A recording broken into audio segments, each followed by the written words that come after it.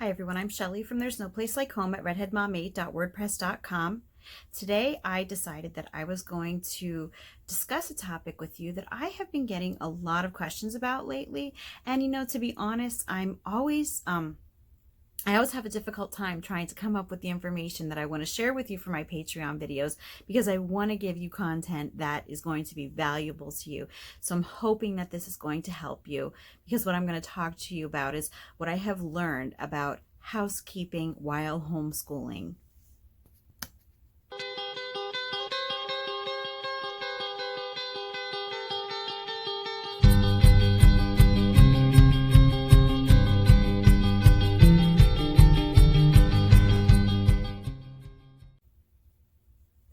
I can honestly say that this is one of the questions that I probably get asked the most, especially because of the number of kids that I have.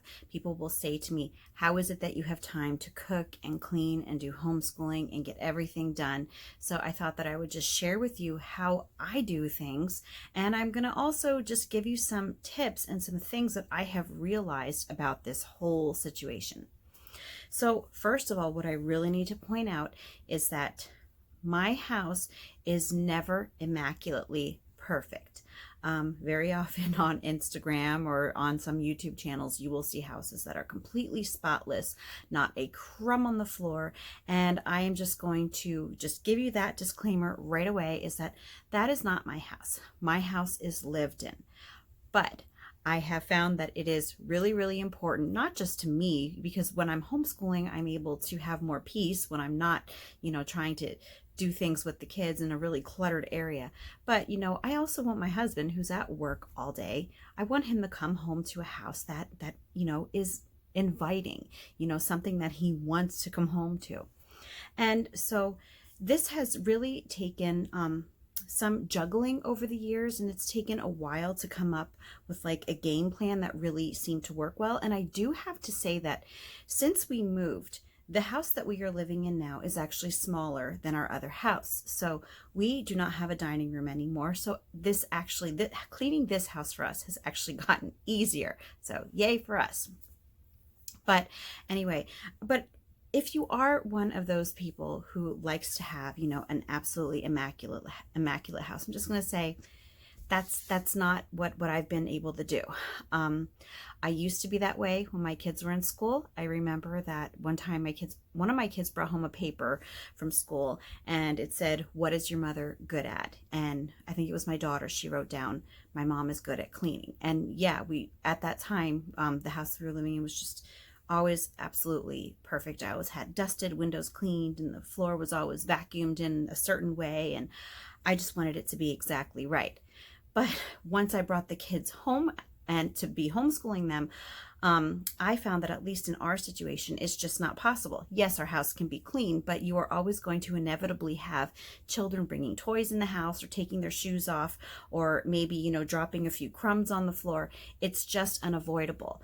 And so, when you are living that way, you are faced with the option of either going absolutely crazy and freaking out every single time that you see something out of place in your house, or you, on the other hand, well, I should say this is more of a middle ground, because the other hand would be not caring at all. And I would never say don't do that, or I would never say to do that. But maybe like the middle ground is more that, you do your best to present your house, to make your house comfortable, to make it clean. But you also have to realize that your house is lived in, and you have to learn to accept that, and also to remember that these childhood years with your kids are fleeting. And the fact is that while they're at home making a mess, they're learning in the process. And that isn't something that you should really get upset about too much. Yeah, there are times that I tell my kids, okay, stop what you're doing. We need to clean up right now. That happens. But I think that first of all, we need to get out of the way this notion that a homeschooling family can always have a perfect house. Because if there are really families out there like that, I would love if they would contact me and tell me how they do it. But if it involves acting like a drill sergeant, I don't really know that I would be too comfortable with that anyway. But anyway, so here is how I've been able to do all of these things. So right now I have 8 kids who live at home with us now. My 3 oldest, they all actually live together. They have a little house together and they live there. And so every morning before, I should say, I usually don't wake up until like 8:30 in the morning, and then I will make breakfast for my kids. And I often will look at these movies and things on Netflix where the mothers are cooking these elaborate breakfasts of, like, they give their kids pancakes and scrambled eggs and sausage and bacon and toast all at the same meal. And that's not us. We are actually very light breakfast eaters. So for us, we keep our breakfast as simple as possible. So our breakfast will usually just consist of something like a bowl of cereal or some toast, or maybe even some fruit, or sometimes maybe I might have baked a loaf of bread the night before, like pumpkin bread or something, and we might have that for breakfast. So we keep our breakfast time very simple. After our breakfast time is usually when we do all start to just straighten up just the living room and kitchen, because that is really what our first floor is now at this house, is the living room and kitchen. We straighten that up so that we can have it all set and ready for school. And that is when, we get everything done, is after that is all straightened up. And then lunchtime, again, is usually something very simple. It is just very often like sandwiches, like lunch meat sandwiches. Sometimes I might pop some chicken nuggets in the oven. Sometimes I might pop a frozen pizza in the oven. Or there are times that I'll make like eggs and bacon. Then I'll make it for lunch, usually not for breakfast, but for lunch I'll make like eggs and bacon. But again, it's never one of those elaborate meals where I'm like cooking and cooking and cooking.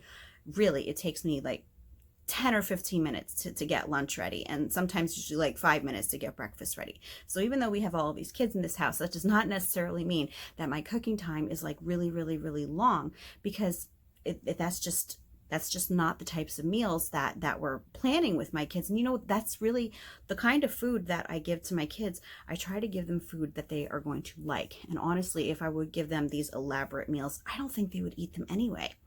So anyway, so then after lunch, what we usually do is around 1 o'clock. That's when everyone will do chores. Chores are very important.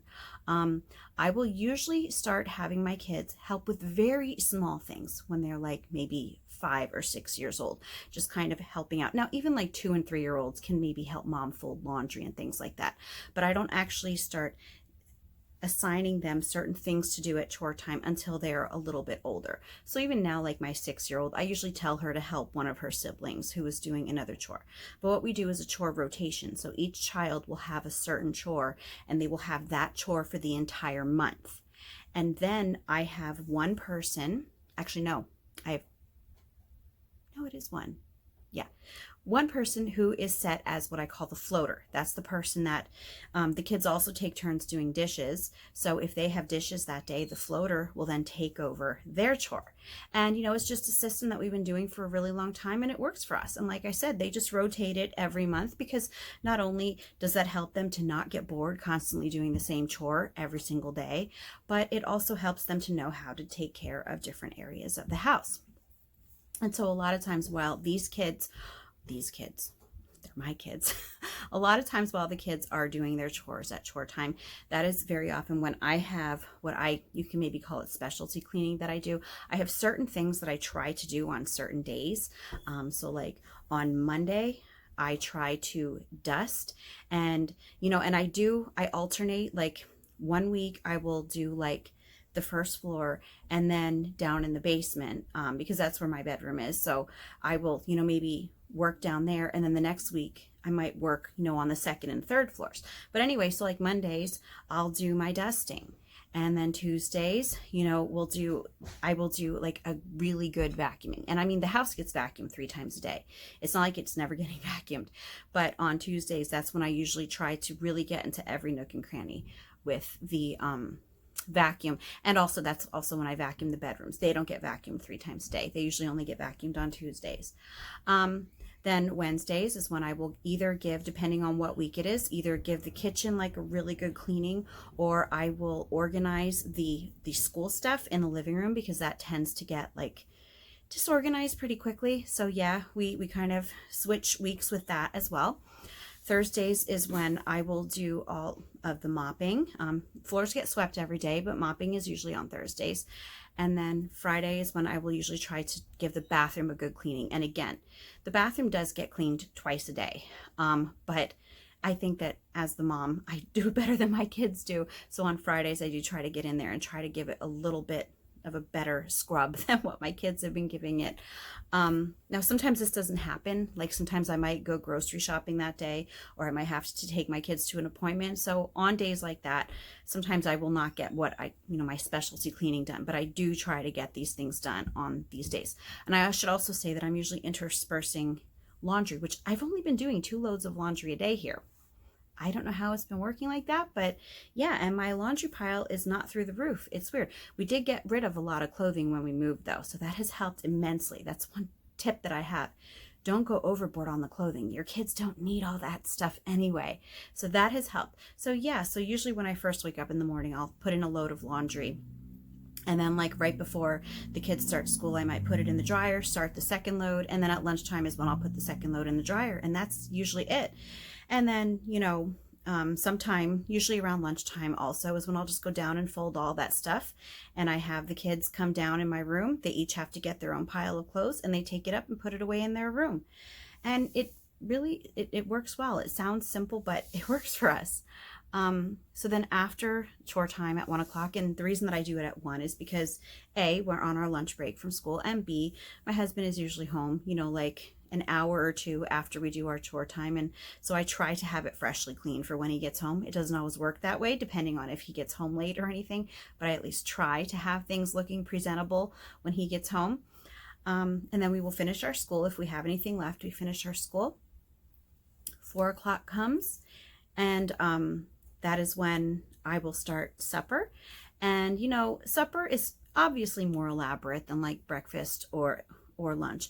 But, even my suppers, I would say that they normally only take anywhere from maybe between 30 to 60 minutes for me to make. Even for all of us, it doesn't take very long. Like, for example, today we just had taco salad for supper, and sometimes we might have, like spaghetti, or like tomorrow we're having tater tot casserole. And again, I make very kid-friendly food because I want it to be things that my kids will eat. And even with that, not all my kids eat it. I have really picky kids.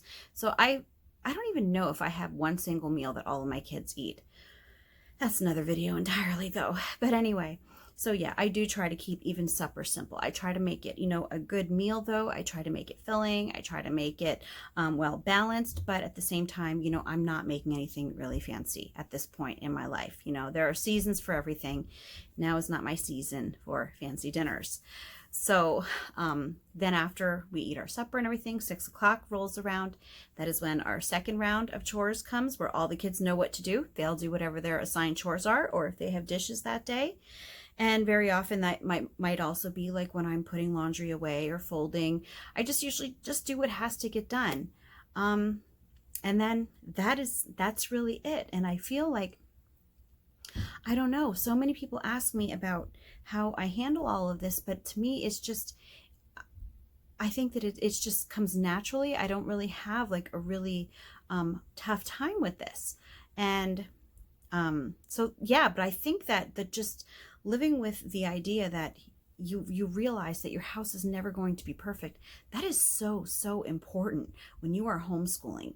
You have got to stop getting, don't compare yourself with what other people look like, and realize that you educating your kids is huge, and it takes a lot of energy. And yeah, they're in the house all the time. So there's going to be evidence of that all around, and you've got to learn to accept that. But another thing that I do, another tip that I would have to say about this though, is that I think one thing that really keeps me going, and this is what I talk about in my homeschool videos too, is having a routine. Like I have now I won't say a specific time, but I have, like a general time when I like to get everything done. I try to get breakfast done at 8:30 or 9. We try to straighten up at 9:30. We start school at 10. We're pretty good at that. Lunch is 12:30. We try to start chores between 1 and 1:30. I always start dinner at 4. We try to do chores again from 6 to 6:30. And, just knowing approximately what I'm going to be doing when really does help me, because it also helps me to not forget these things, because I know that in this time block, this is what has to get done. And I don't freak out if something comes up that it doesn't get done. You know, we'll just make up for it the next day. And I think that is another thing that happens in homeschooling too. You've got to learn to not freak out if not everything gets done. And that follows through into the rest of life. But anyway, that's all that I have. I really hope this has been helpful to some of you. If you like this video, give it a thumbs up. If you haven't subscribed yet and would like to hear more of what I have to say, I would love if you would do that. If you have any questions or comments, you can leave one over on Instagram. And I just want to say to you, thank you so, so much for supporting me, my Patreon patrons. You have no idea what an encouragement it is. And I hope you all have a great day.